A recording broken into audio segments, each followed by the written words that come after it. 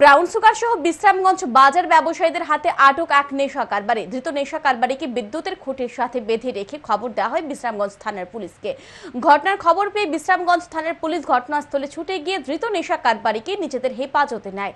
জানা যায়, দীর্ঘদিন ধরে বিশ্রামগঞ্জ বাজার সহ বিভিন্ন এলাকায় ব্রাউন সুগার বিক্রয় করে আসছে বাগমা করইমোড়া এলাকার নেশা কারবারি জসিম মিয়া। বিশ্রামগঞ্জ বাজারের ব্যবসায়ীরা ইতিপূর্বে নেশা কারবারি জসিম মিয়াকে সতর্ক করেছিল, কিন্তু সে বাজার ব্যবসায়ীদের কথায় কর্ণপাত করেনি। বাধ্য হয়ে বৃহস্পতিবার সকালে বিশ্রামগঞ্জ বাজারে যুবকদের কাছে ব্রাউন সুগার বিক্রয় করার সময় জসিম মিয়াকে হাতে নাতে আটক করে বিশ্রামগঞ্জ বাজার ব্যবসায়ীরা। তার কাছ থেকে উদ্ধার হয় ব্রাউন সুগারের 2টি কৌটা। পরে ব্রাউন সুগারের কৌটা সহ ধৃত জসিম মিয়াকে বিশ্রামগঞ্জ থানার পুলিশের হাতে তুলে দেওয়া হয়।